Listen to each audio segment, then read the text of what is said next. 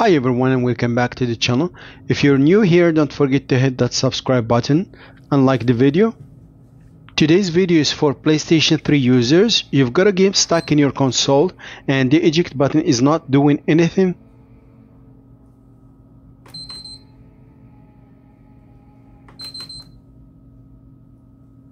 I'm going to show you exactly how to safely eject that stuck disk. No tools, no damage, and no stress. Let's get into it.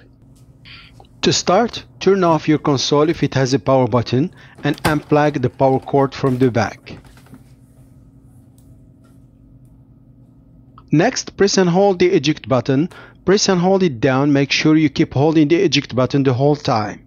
While holding eject, plug the power cord back into the console. While you're still holding the eject button, make sure it's on. Wait for the fan test and disk ejection. The fan will blast loudly for a few seconds. After that, the console should automatically eject the disk.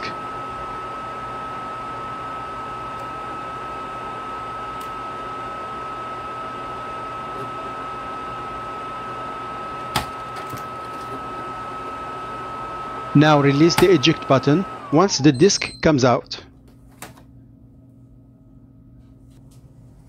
Once the disk comes out, release the button and unplug the ps3 console again to stop the fan test. Plug it back in. Your ps3 should now be back to normal and disk free. Please subscribe if this helped, like the video, and see you in the next one.